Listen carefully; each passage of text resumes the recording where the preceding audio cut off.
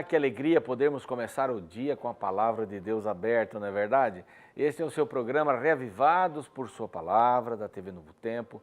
Todos os dias às 6 da manhã nós estamos juntos, estudando a palavra, um capítulo por dia. Isto é bem gostoso, não é verdade? Tem gente que gosta de acordar bem cedo para estudar a palavra de Deus. Nós estamos muito felizes com um número grande de pessoas que nos acompanham neste estudo do Reavivados por Sua Palavra.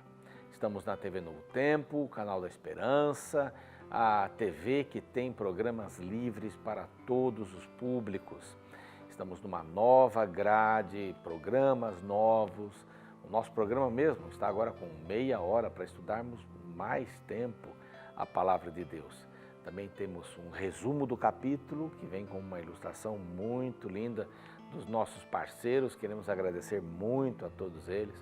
Também queremos agradecer ao UNASP, ao Centro Universitário Adventista de São Paulo, que está aqui na região da Estrada Itapecerica, próximo a Itapecerica, mas ainda em São Paulo, na região sul de São Paulo. Um local agradável, agradecemos porque nesta temporada estamos gravando os programas aqui, dentro de um auditório muito bonito também.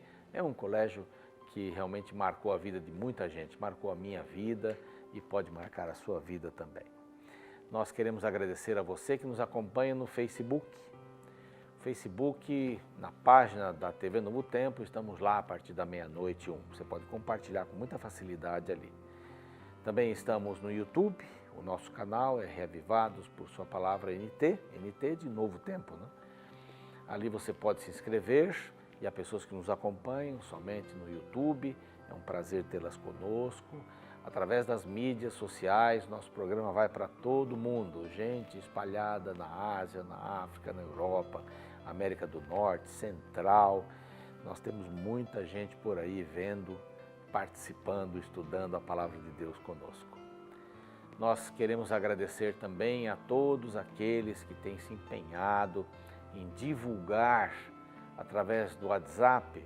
Você pode copiar ali o caminho para o YouTube e divulgar no WhatsApp, da mesma forma no Facebook, mas também para os seus amigos no Facebook.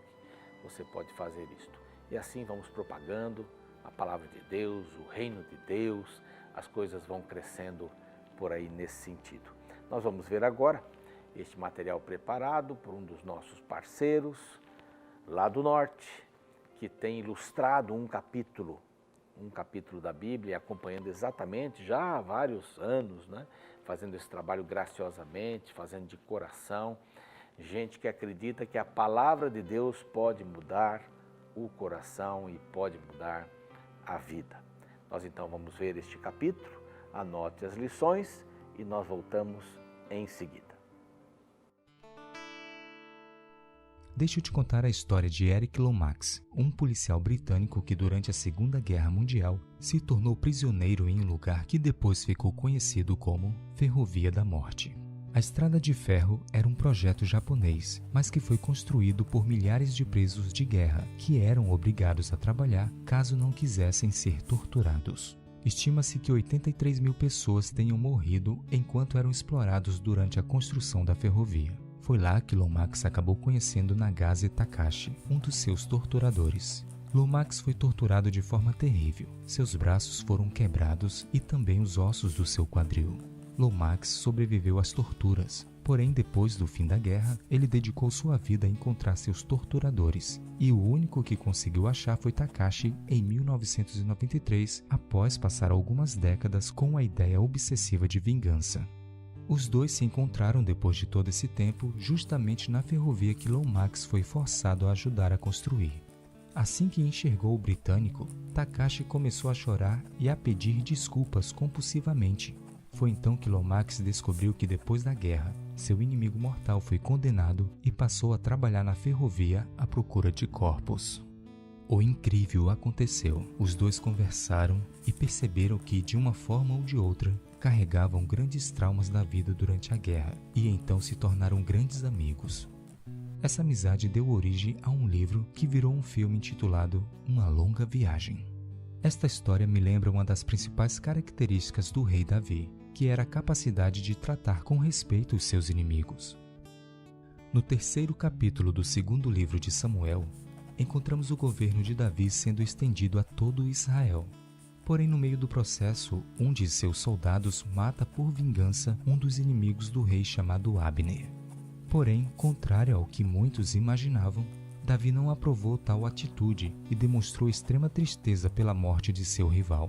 A Bíblia declara que Davi chorou e fez jejum pelo acontecido. Veja a percepção do povo registrada no verso 37.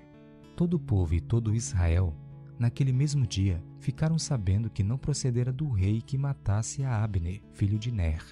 Sabe, esta é uma virtude de Davi que precisamos cultivar em nossos dias. Aprender a respeitar e jamais desejar o mal para os nossos inimigos. Afinal, se Deus ama todos os homens, tanto seus amigos quanto seus inimigos, seus filhos deveriam fazer o mesmo.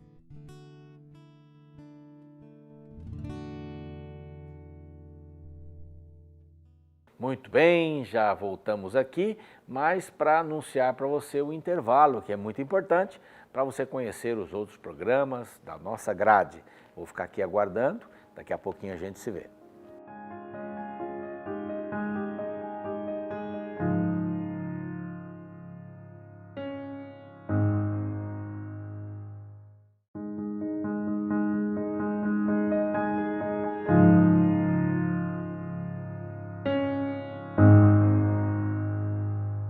Então voltamos, foi rapidinho, é bom ter uma visão de tudo aquilo que a Novo Tempo pode lhe oferecer. E começo agradecendo os Anjos da Esperança, esse pessoal tão bacana que tem contribuído com suas orações e também com meios financeiros para que a Rede Novo Tempo possa cumprir a sua missão aqui na Terra. A rede está composta da TV, do rádio, também das mídias sociais, os cursos bíblicos, e tudo isso vai de forma gratuita para você. É bom, né? Que alegria poder contar com você, que é Anjo da Esperança. Eu também sou Anjo da Esperança, eu gosto sempre de repetir isso. Bom, o nosso capítulo começa no final do capítulo anterior, do capítulo 2. Na realidade, o verso 1 do capítulo 3, está no contexto do capítulo 2. Isso porque a Bíblia não foi escrita já com os versos, com os capítulos, né? Isso foi feito muito tempo depois, pelos maçoretas e outros, e até quem diga que a pessoa que estava colocando os capítulos e os versículos estava em cima de um cavalo, porque de vez em quando a coisa sai um pouco do contexto, mas isso não quer dizer nada, é fácil para a gente procurar. Imagine a gente abrir aqui o rolo do livro de Samuel, né, e procurar onde é que está a tal passagem. Não, vai ser difícil, que a gente tem que olhar tudo. E agora é bem fácil, a gente fala 3, verso 1, pronto, a gente acha rapidamente. Então nós estamos no 3, verso 1, que fala que a luta entre a casa de Saul e a casa de Davi durou muito tempo, né? Bastante tempo. E isso ia enfraquecendo Saul, mas ia fortalecendo Davi. E enfraquecendo Saul por vários motivos, não é? Porque Saul ia para as guerras porque ele queria defender-se a si mesmo. E Davi estava defendendo o reino de não prosperar mais, ser atacado constantemente por Saul, estava defendendo o propósito de Deus para o reino de Israel. Ok, então começa já do verso 2 até o verso 5, uma pequena visão da família de Davi. Falar dos seus filhos, é importante isso daqui. Às vezes a gente pula essas partes quando vai ler a Bíblia, mas elas têm uma razão. Aqui você vai encontrar Amnon, que é o primeiro filho, e vai ver lá na frente que tem uma história muito triste com ele. É o primeiro estupro da Bíblia, relatado na Bíblia. E ele era, na descendência, o que deveria ocupar o trono de Davi. Depois aparece Absalão como terceiro filho, não é? E o que ele vai aprontar por aqui. Então, esses filhos aqui Davi teve de cada uma das suas esposas. E eles aparecem justamente quando Davi entra como rei em Judá. Para ser o rei de Judá, os filhos são mencionados aqui. Para falar dos casamentos, para falar das alianças que foram feitas. E logo no verso 6 aparece Abner. Lembram-se quem era Abner? Era o comandante dos exércitos de Saul. E assim que Davi sobe ao poder em Judá, ele imediatamente elege, né, coroa Isbosete, filho de Saul, como rei de Israel. E eu já disse lá atrás que quem escreveu já estava acostumado com essa visão depois de Salomão do exército de Israel e do povo de Judá. Houve um cisma do povo de Israel depois de Salomão, e nós vamos ver aqui mais para frente. Então, aqui conta que Abner quer fazer uma aliança com Davi. Aconteceu que Abner, que era poderoso na casa de Saul, e cada vez ele ficava mais poderoso, porque Isbosete era um rei fraco, ele havia sido colocado por Abner. Abner era mais velho que Isbosete, já tinha servido o seu pai e tinha muito mais força, o exército estava nas suas mãos e Isbosete temia muito a Abner. Ele toma como concubina, uma das concubinas de Saul, para viver com ela. E Abner recebeu uma reprimenda de Isbosete. Como é que você faz isso pegando uma concubina do meu pai? Eles eram primos, né? Você lembra que eu já falei que Abner era primo de Saul. E ele fica muito bravo com aquilo, Isbosete, mas ele não tinha força nenhuma como rei, era um rei fantoche, estava ali só porque Abner o mantinha. E a partir desse momento, Abner diz que vai fazer uma aliança com Davi. Muito estrategista o nosso amigo, né? A casa de Saul cada vez mais estava diminuindo em poder e a casa de Davi estava cada vez mais crescendo em poder. E agora ele decide se aliar a Davi e prometendo a Davi que lhe daria entrada fácil em todo Israel. Ele faria esta ponte. Isso era interessante para Davi, porque o próprio Davi sabia, e Abner também, que ele, como novo rei, ia unir todo o povo que estava desunido. E ele fez isso da melhor maneira possível, evidentemente, porque havia algumas tribos que eram bastante complicadas. Então, no verso 9 diz assim: assim faça Deus segundo lhe parecer a Abner, se como jurou o Senhor a Davi, não fizer eu, transferindo o reino da casa de Saul e estabelecendo o trono de Davi sobre Israel e sobre Judá, desde Dan até Berseba. Ele estava então se colocando como uma figura muito importante, né, para que esses reinos fossem unidos. E nenhuma palavra, diz o verso 11, verso triste, nenhuma palavra pôde Isbosete responder a Abner, porque o temia. Que rei é esse, né?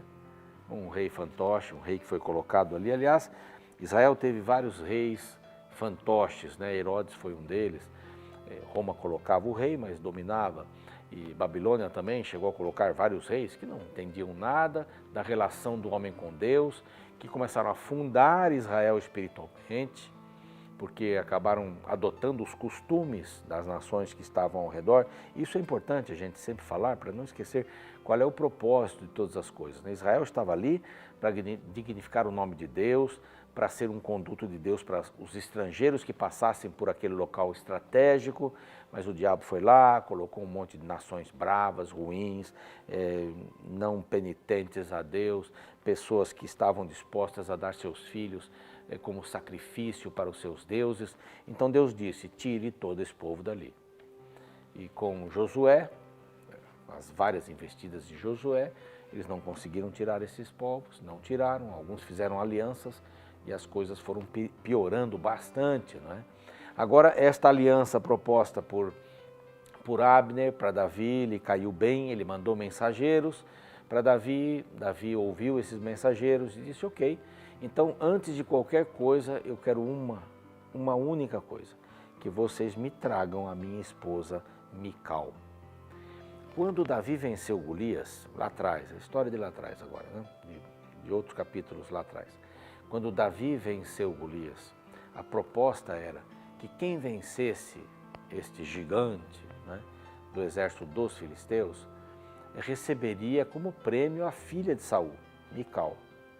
Davi venceu, recebeu Mical, e acontece que em algum momento Saul tirou Mical de Davi e a deu para outro homem. Ele vai aparecer aqui daqui a pouquinho.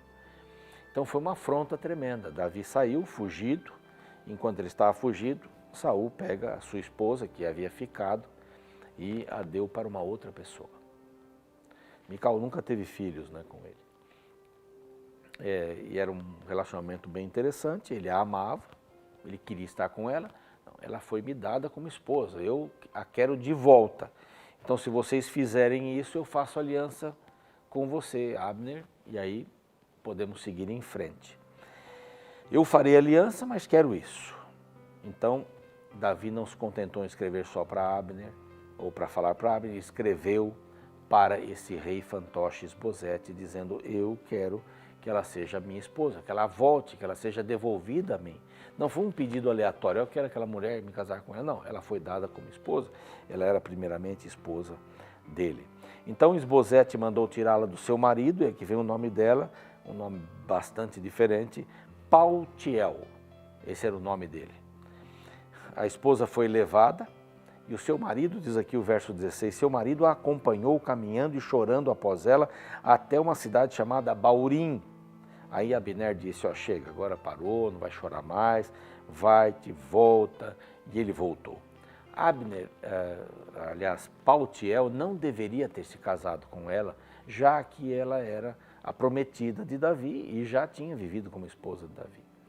Ele também procedeu mal. E agora está colhendo isso, a esposa volta para o seu marido.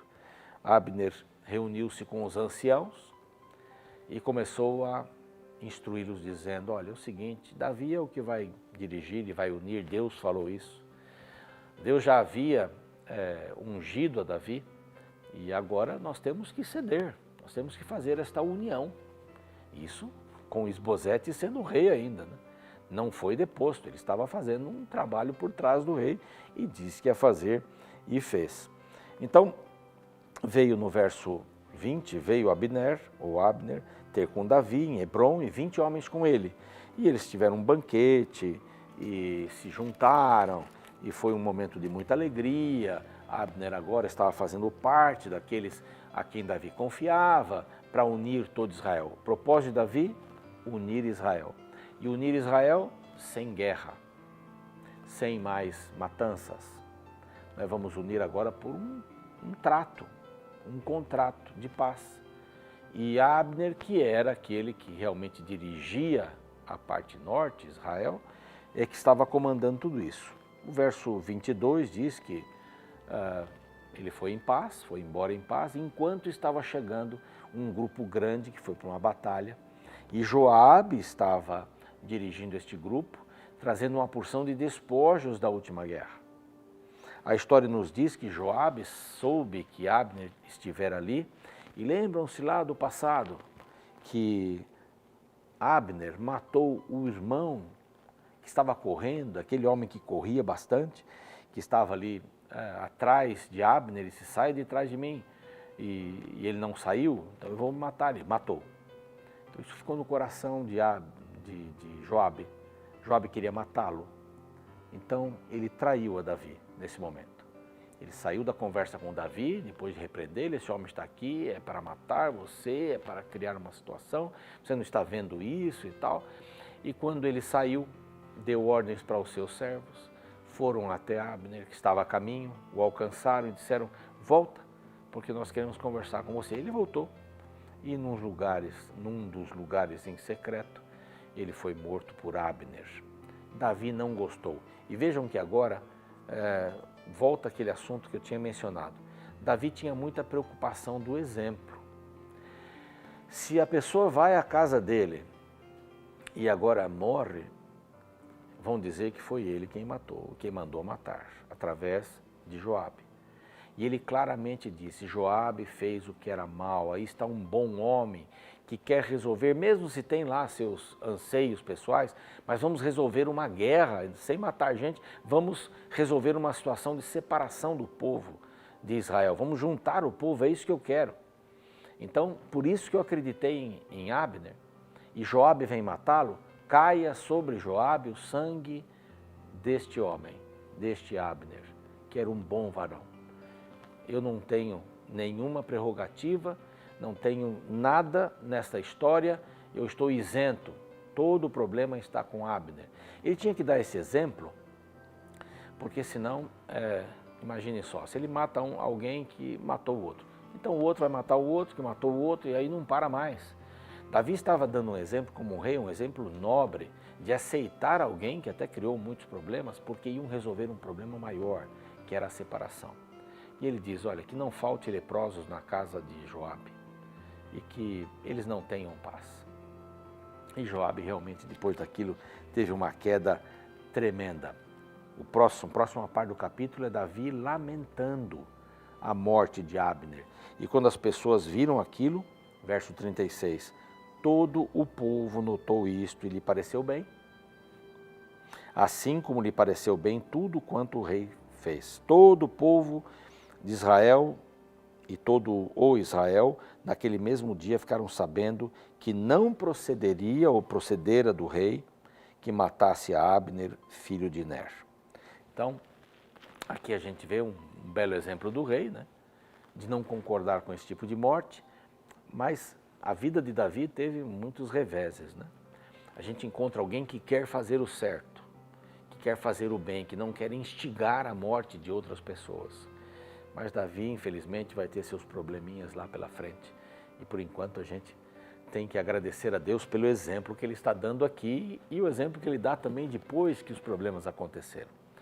Nós vamos orar agora juntos e vamos pedir a Deus que nos dê esclarecimento, nos dê clareza, para que a gente saiba lidar com problemas e resolver problemas da maneira como Davi estava resolvendo, sem criar mais problemas. Oremos. Pai querido, agora nosso amigo, nossa amiga vai colocar diante do Senhor uma gratidão, um motivo de louvor.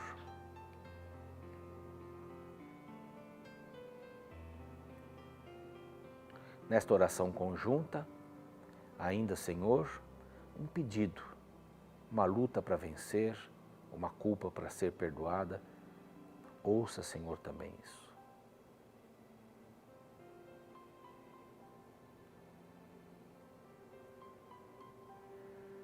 E a nossa oração é que o Senhor nos ensine cada vez mais a termos uma boa visão para resolvermos problemas com sabedoria. Não procurar resolver um problema criando um outro problema. Mas essa sabedoria só vem do Senhor.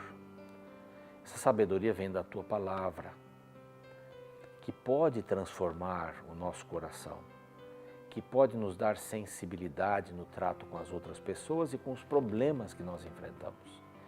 Ajuda-nos a termos discernimento. Se alguém está passando um momento difícil nesta hora, que o Senhor possa tomar esta pessoa nos Teus braços e guiá-la e dirigi-la.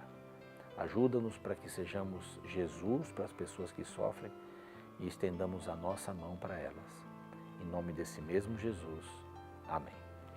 Muito obrigado. Agora você fica com o clipe musical.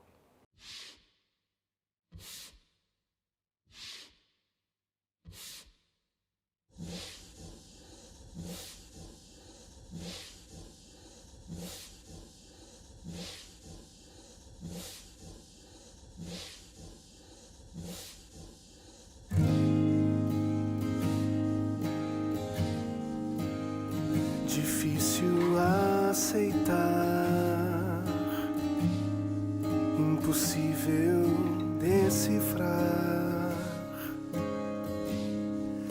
o amor do Eterno.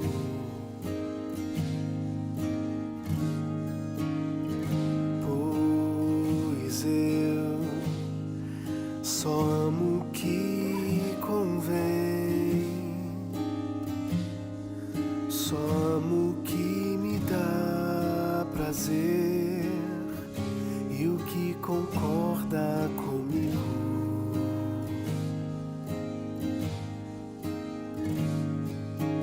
Mas Deus ama o inamável,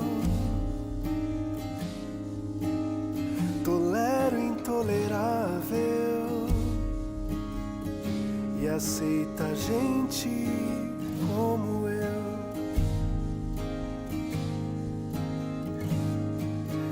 O meu Deus perdoa o imperdoável, transforma o intransformável e aceita a gente como eu.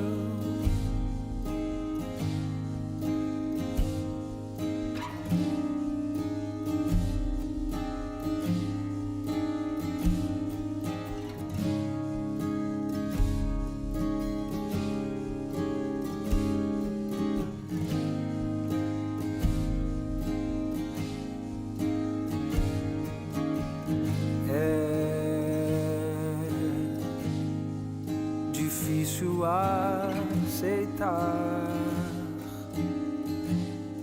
impossível de